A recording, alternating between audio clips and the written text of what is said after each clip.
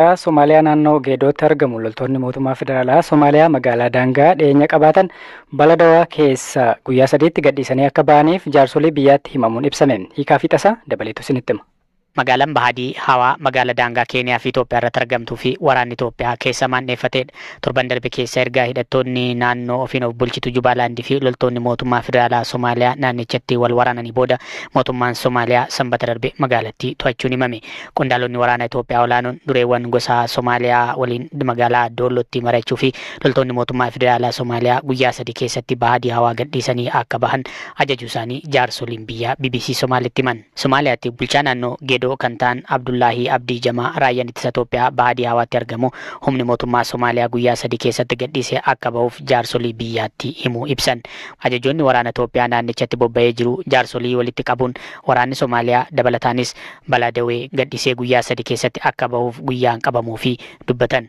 Guyyootan dura waraanni mootummaa federaalaa Abdirashiid Janaaniin durfamu erga Jubaalaandii waliin waraana guyyootaaf ture gaggeessan booda bulchiinsa magaalaa Baladawee qabateera. Jaarsoliin biyyaa ajajoota waraana Itoophiyaa waliin mari'atanis guyyaa 3 kaa'ame ilaalchisee jidduu isaaniitti qoodiinsi uumamee akka ture bulchaan Geedoo dubbatan. Bulchaan kun itti dabaluudhaan haala naannichatti uumame mootummaa giddugalaatti beeksisuus himan.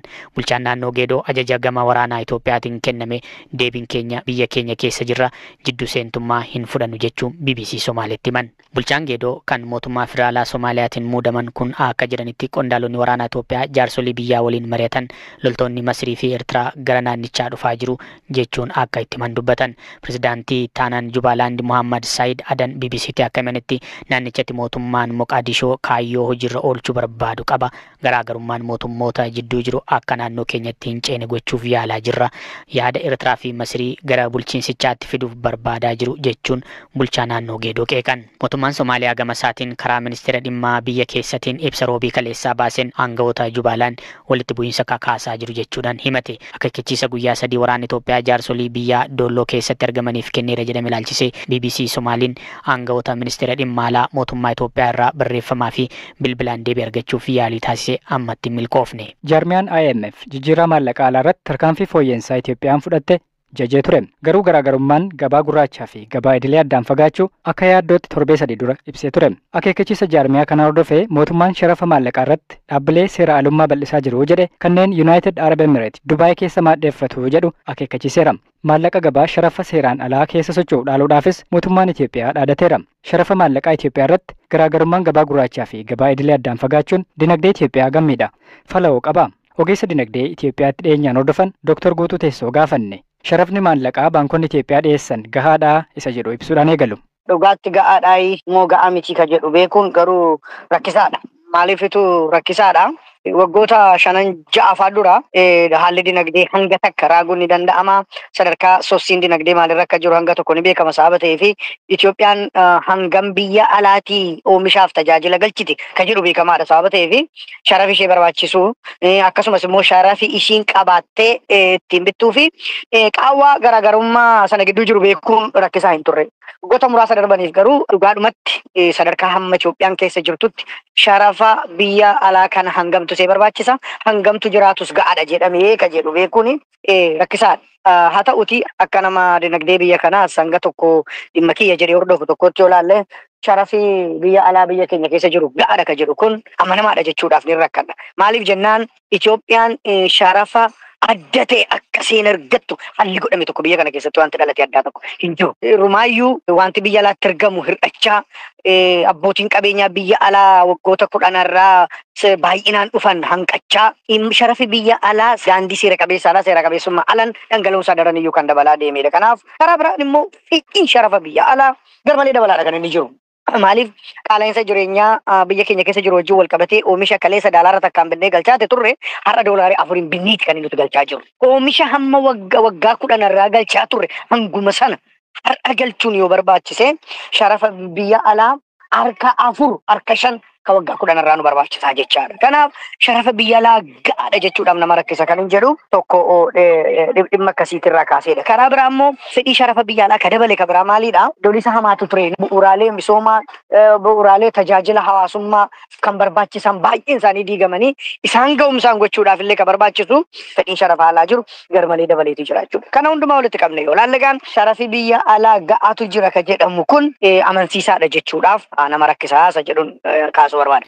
Mootummaan warreen gabaa idileetti hin fayyadamne maallaqa isaanii hanga dhaaluutti akka qaqqabu beekseeti ka jiru. Gabaa gurraacha kan haala kanaan to'achuun ni danda'ama. Gaafa mootummaan jijjiirama namoota sharafa mallaqa alaa kana fidee akkaataa jiru kanaan garaagarummaa sharafaa isa seera qabeessaaf seera alummaa keessa jiru kana qaawwaa sana dhiphisuun abadan hin danda'amu jenneetu turre. Tokkoffaa imaammati kun kan inni dhufee dirree mijaawaan utuu hin qopheessiniif dhufe. Lammaffaa imaammanni kun dhiibbaadhaan yoo liqa barbaadde yoommoo siif akka dheereffamu barbaadde gargaarsa dabalataa barbaadde kana yoo goote ka jedhu malee guddinni dinagdee Itoophiyaa yookaan immoo adeemsi dinagdee Itoophiyaa sadarkaa inni itti wanta kanaa barbaadu irra ga'eeti miti. Kan biraan sharafa biyya alaa kana keessumatti gabaa seera alummaa keessa kan jiru kuni lammiilee Itoophiyaa duwwaa miti kan hirmaatu. Awurooppaa jiraatu, biyya Isiyaa keessa jiraatu, akkasumas immoo Noorz Ameerikaadha kan isaan jiran irra jireessa jechuudha. Afrikaa kibballee iddoo garaagaraallee kan jiran jiru. Warreen kun daldala guddaa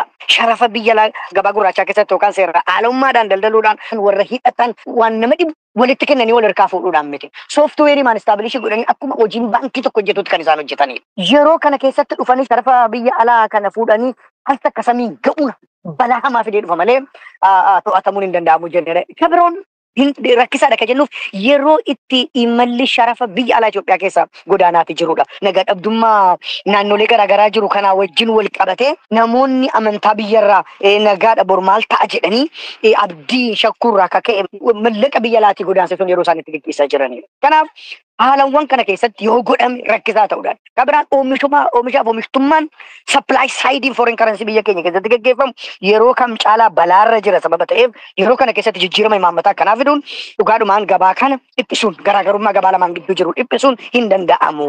Qaawwaa dhiphisuu caalaa rakkoo dinagdee walxaxaa biyya kanatti fiduu danda'a kan jedhudha. Egaan tarkaanfii baankiin biyyaalessaa fudhachaa jiru kanaan hordofeen qabeen warasa ka jedhu kanaan qaawwaa gabaa lamaan gidduu jiru kana dhiphisuun takka waan danda'amu fakkaatu. Maa irratti maaltu fala jettanii kaaftu? Maal gorsitu? Gabaabsitanii toonaa kaaftanii. Fallisaa waa lamaan tokko duwwaan kaasanii jalqabaa dirree isaa irratti hojjechuudha. Maaltu rakkoo walxaxaa keessaan baane kanaaf nu saaxile ka jedhudha. Nagaa dhabdummaan biyyattii keessa jiru, hojiin investimentii biyyattii keessa jiru, hojiin daldalanii buufatanii akka oomisha ga'a biyya alaatti erganii argatan gochuu keessa kan jiru. Sanaa wajjin wal qabatee kan jiru kun irratti hojjetamuu, irratti xiyyeeffatamuu danda'u turre jira jechuudha. Inni harki 90 nagaadha kan wajjin kan wal qabatee jiru. Kabiraan imaammata dhiibbaadhaan isa dhufu kana jalaa ofirraa qolachuu danda'u turre jira. Waan Itoophiyaa gitu haala Itoophiyaa wajjin kan wal qabatu imaammata dinagdeef tarsiimoosaa tolfachuutu barbaachisa akka jedhu waan kaasuu barbaada. Dr. Guutuu Teessoo masjiida Alaaskaa magaalaa Yerusaalem keessatti argamu musliimota biratti iddoo qulqulluu jedhamuudhaan beekama. Warri Yihuudootaas inni mana qulqullummaa Salamoon kan turedha jechuudhaan abbummaa isaatiif falmatu. Ofii bakki seena qabeessi kun hangam ammaatti iddoo falmisiisaa ta'e akka itti fufe Hamzaa Hussein waan qopheesse qaba. Mooraan masjiida Alaqsaa musliimota biratti akka iddoo qulqulluu fi kabaja guddaa qabuutti amanama. Filisxeemonni iddoo duudhaa ganamaati jedhanii waan amananiif bakka kanaaf iddoo guddaa qabu. Warri Israa'el ammoo abbummaaf falmatu. Yihuudonni bakki kun iddoo qulqullummaa mootii Salomoon ture jedhanii waan amananiif iddoo guddaa itti kennu. Yeroo dheeraaf bakki kun bakka wal dhibdee ta'ee tureera. Ofii mooraan Alaqsaa maaliif iddoo wal dhibdee ta'ee yoo naga'e? Handhuura magaalaa Yerusaalemitti kan argamu masjiida Alaqsaan tulluu argaaf nama hawwatu kan musliimoonni Al-Haram Al-Shariif jedhanii waaman irratti argama. Mallattoo magaalaa Yerusaalem Old City ka ta'e mooraan kun iddoo qulqulluu The Noble Sanctuary jedhamuunis beekama. Warri Yahudaa ammoo Arhabeit yookiin Temple Mount jechuun waamu. Alaqsaan masjiidota gurguddoo addunyaa kana Makkaa fi Madiinaatti aanee iddoo qulqulluu sadaffaadha. Musliimoonni akka amananitti ergamaan Rabbii Nabiyyuu Muhammad Makkarraa gara Alaqsa erga geeffamanii booda achirraa gara jannataatti geeffaman.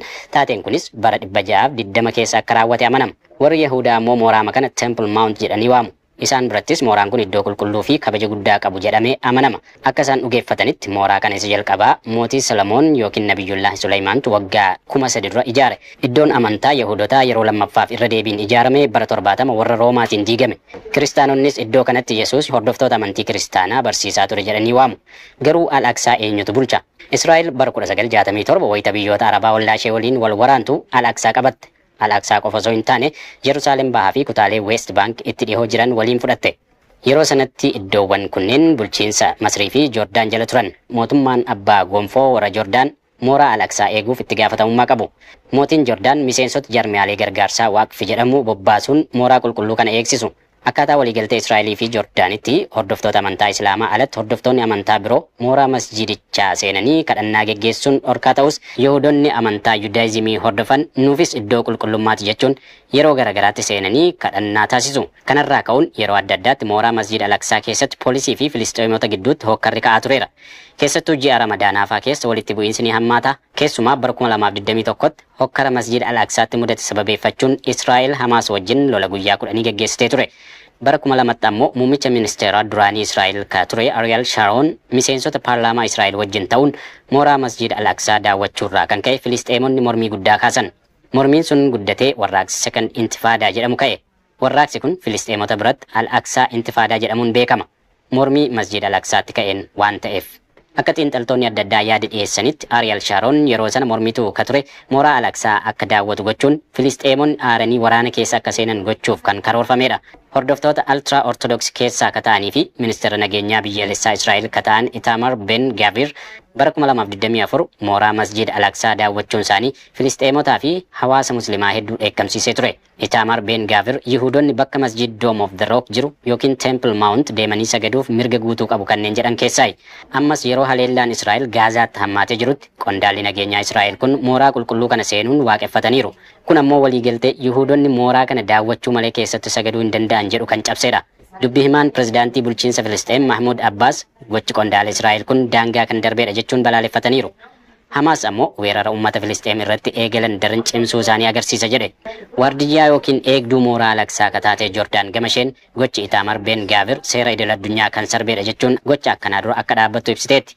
Waajjirri ministeera muummee Israa'el Benjaamin Netanyahu Israa'el waliigaltee musliimoonni qofti mooraa kanatti akka kadhatan iyyamuu fi kaan dhorku irratti cichitee jiraachuu fi gama Israa'eliin wanti jijjiirame akka hin jirre ibseera.